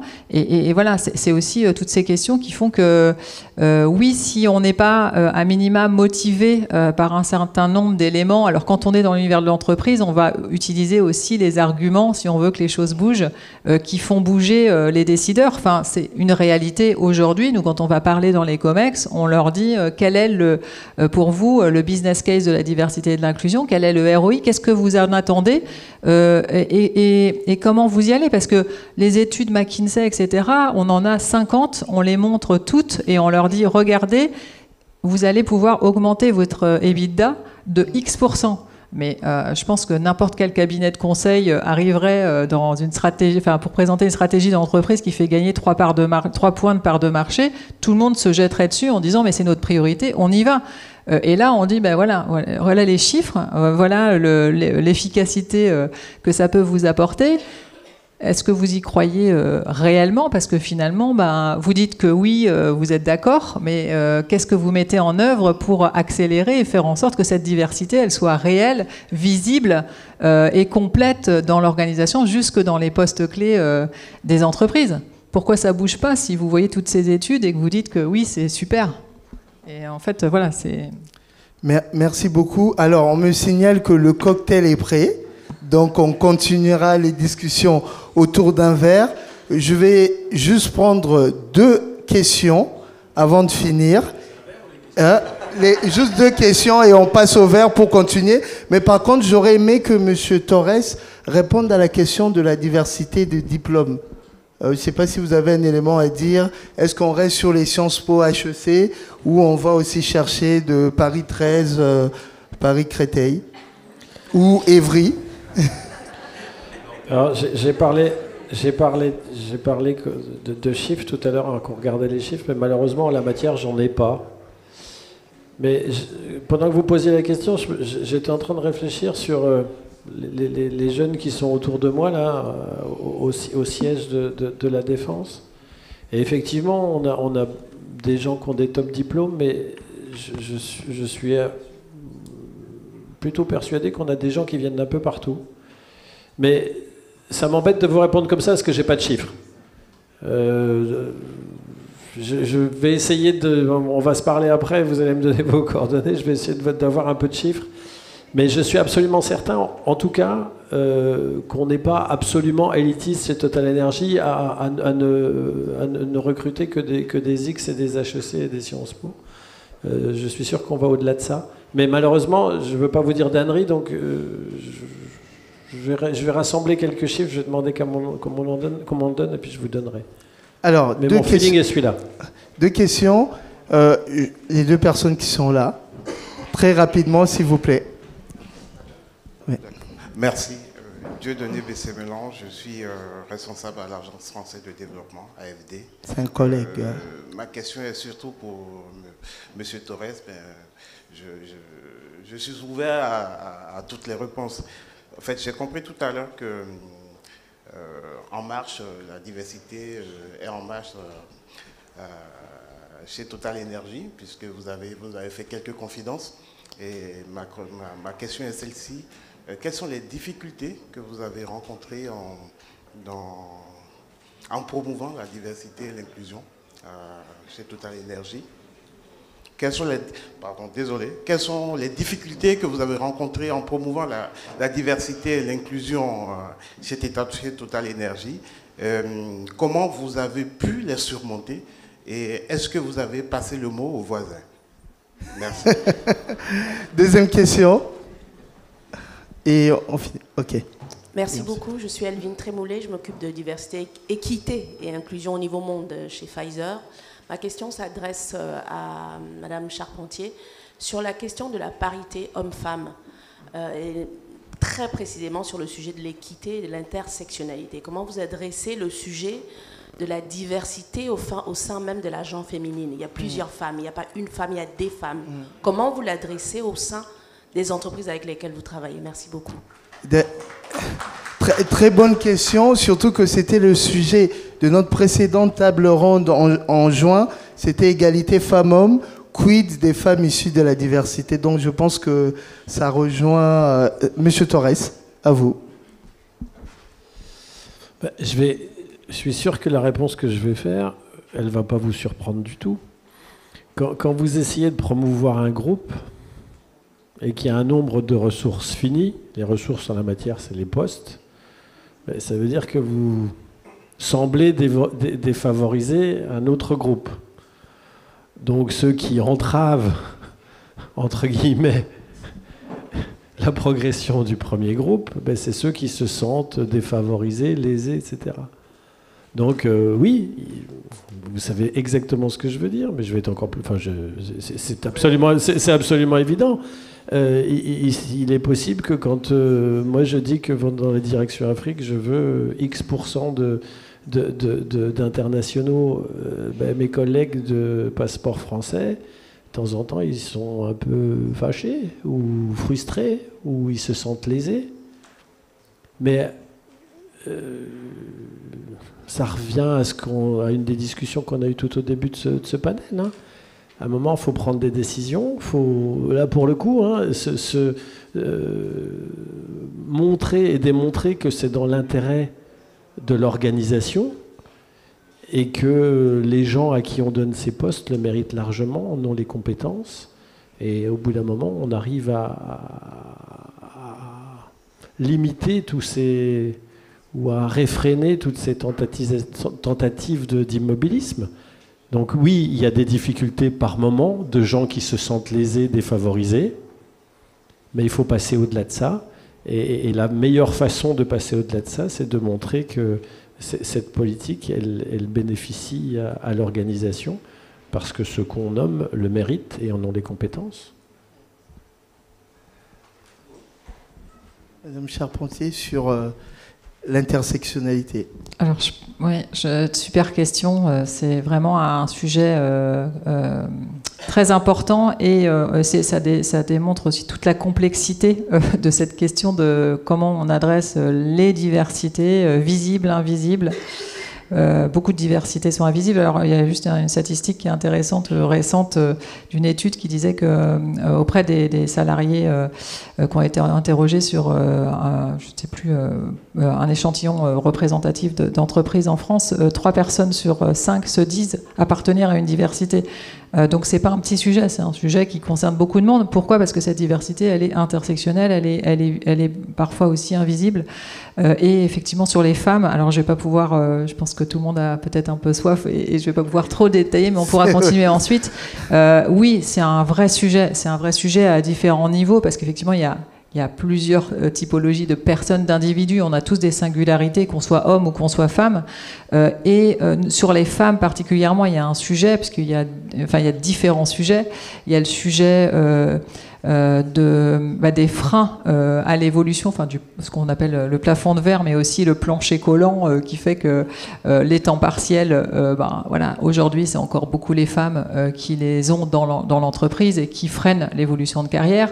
Il y a la parentalité, le fait de la maternité qui a un énorme décrochage dans l'évolution de carrière. Il y a l'invisibilité des femmes seniors, où c'est terrible de voir qu'à 45, à 50 ans, les femmes sont invisibilisées, elles-mêmes se mettent out des évolutions de carrière, alors qu'un homme à 45, 50 ans, il peut peut-être aussi davantage se projeter sur des postes clés, sur la prise de fonction, de direction, etc.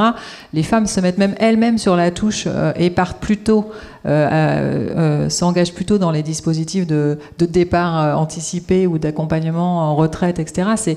C'est un phénomène tellement énorme, avec tellement de sujets et tellement d'enjeux et tellement de choses à faire que notre approche, elle est déjà de sensibiliser, de travailler avec les managers, avec les équipes de recrutement sur comment justement, effectivement, on s'adapte. Parce qu'une maman solo n'est pas du tout dans le même contexte que une autre femme qui va avoir d'autres contextes de vie. Et donc comment on arrive à aider les managers à bien accompagner les trajectoires et à être vigilant à des moments difficiles ou des moments un petit peu plus qu'on connaît qui peuvent faire qu'on perd des talents féminins à certains moments de l'évolution de carrière d'une personne, et d'accompagner, de mettre en place des programmes qui vont faciliter aussi la prise en compte de certains cas. Et même si je prends par exemple la question des aidants dans les entreprises aujourd'hui, qui est un vrai sujet, on sera tous un jour aidants dans notre vie, et aujourd'hui les aidants sont plutôt des aidantes. Et comment on fait aussi quand on est dans ces situations-là pour aider, pour apporter de la flexibilité, pour apporter de l'équilibre aussi de vie sur une mission sociétale qui pèse aussi beaucoup sur les femmes aujourd'hui. Merci beaucoup. D'ailleurs, en parlant de... Vous pouvez applaudir, hein, allez-y. Hein. D'ailleurs, en parlant de aidants, je tiens à saluer aussi des collègues de nos entreprises et d'autres entreprises qui sont dans d'autres réseaux. Je vois des collègues qui sont sur les sujets mission handicap, des collègues des groupes Pride, des groupes aussi des aidants qui commencent à se créer. Donc on essaye, tout en portant des sujets qui nous tiennent à cœur, d'être dans une démarche aussi inclusive pour travailler ensemble sur les autres sujets de l'entreprise. Donc je tiens à les remercier pour leur présence. Alors, j'ai fait une erreur, je me focalisais là, j'ai oublié quelqu'un qui avait levé sa main depuis un beau moment. Et pour que la personne ne m'en veuille pas, je lui donne la parole pour qu'elle pose sa question. Michael. Je t'en voudrais pas, Bénir. Michael Matingo, directeur de cabinet à l'université d'Evry. Je rebondissais aussi sur la perche que me tendait Ben Hur, après un parcours aussi en cabinet, en collectivité, près des cabinets ministériels. Je me permettais de rebondir sur ce que vous disiez, Madame Charpentier, sur les biais qui sont les nôtres et que chacun a dans la salle. Puisqu'on parle de diversité avec un biais qui consiste à regarder la question de la couleur de peau et la question des origines, mais la diversité, elle est polysémique, elle est plurielle.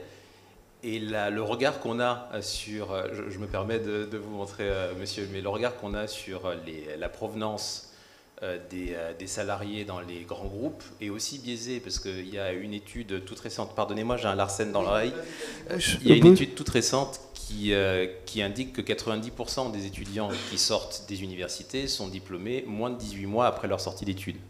Ce qui permet aussi de changer la perception que l'on a sur le monde universitaire et sur cette diversité qui existe en dehors des grandes écoles et des canons que certains d'entre nous ont pu suivre ou non dans l'assistance. Mais donc sur la question de la diversité et de son atout dans le business, si on fait l'analogie entre une société, une entreprise et un corps humain, un être humain est plus fort lorsqu'il y a brassage. Donc pour moi, la question de la diversité comme atout ne se pose pas. C'est un atout. Mais ça renvoie à la question que soulevait monsieur l'imam, sur laquelle je rebondis et que je vous pose. Il y a plus qu'une contradiction dans la conception française de la diversité. Il y a une schizophrénie.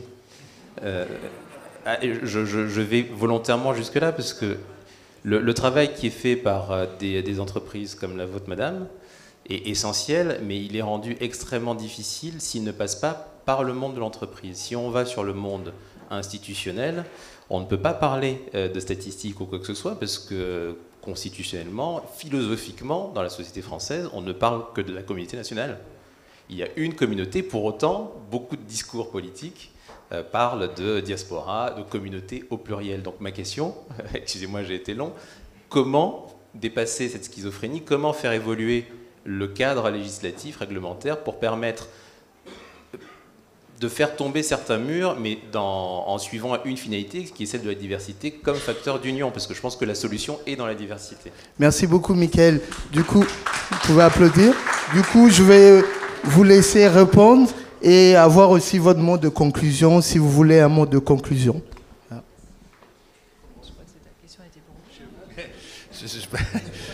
Non, parce que je pense pas qu'il y ait de solution magique en fait. Moi j'avoue que ça va faire la conclusion. J'ai été très heureux d'être là parce qu'en fait j'ai redécouvert un sujet que j'avais appréhendé de manière plus politique et je vois qu'il a je redécouvre qu'il a des ramifications réelles, économiques, entrepreneuriales, organisationnelles, etc. Et pour répondre à ce que vous disiez sur la schizophrénie ou les contradictions, je pense que c'est des phénomènes naturels dans toutes les sociétés. Ce que je disais tout à l'heure, c'est que c'est plus fort dans les sociétés très anciennes et qui ont un rapport à la migration très complexe, la France, l'Italie, l'Allemagne, toutes ces questions sur le droit sol, pas sol, etc., toute cette prise de tête identitaire, parce que c'est des vieilles nations. Vous allez aux États-Unis, vous allez dans le monde anglo-saxon, c'est très différent. Et vous avez les mêmes contraintes identitaires quand vous allez en Afrique et quand vous allez en Asie. Il ne faut pas croire que nous sommes épargnés par ces discussions. Quand vous voyagez en Afrique, moi je me considère que... On en parlera après. Autour d'un verre. Je me considère réellement, par l'éducation que j'ai eue et la chance que j'ai eue de grandir dans une famille très précise, je me considère totalement comme colorblind. Mais des gens en face de moi ne sont pas forcément colorblind. Et ça m'est arrivé plusieurs fois en Afrique et en Asie, avec un regard distancié, parce que je suis supposé trimballer un pathos que j'ai pas, mais on me le colle d'office. Donc c'est pour ça que je trouve que... Il n'y a pas de réponse définitive à ces questions, il n'y a que des process positifs qu'il faut installer en fonction de chaque société dans laquelle on vit. Et je ne sais pas si vous étiez là quand on a parlé d'éducation, puisque vous êtes dans le monde de l'éducation, affirmative action, etc. Ça fait partie de ces process. Que le business génère des textes de loi qui poussent des cadres de la diversité ou des femmes, je suis d'accord. Mais tout ça, c'est un process. On ne réglera pas ça aujourd'hui. Et je pense que les enfants de vos enfants auront d'autres questions de diversité à aborder. On les voit déjà arriver. L'identité sexuelle, enfin tous ces trucs qui sont très nouveaux aussi et qui s'imposeront à un moment dans le milieu professionnel aussi et le milieu sociétal. Mais en tout cas, j'ai découvert quelque chose et j'étais très heureux d'être là. Nous aussi, très heureux de vous accueillir. Sandré, mot de conclusion. Alors en aparté quand même, vous avez très soif je pense, mais je vais faire très court. En aparté, avec Big City, dans les dimensions qu'on mesure, il y a aussi l'identité de genre et l'orientation sexuelle. Donc c'est déjà des sujets qu'on adresse dans l'entreprise et qui sont importants à adresser.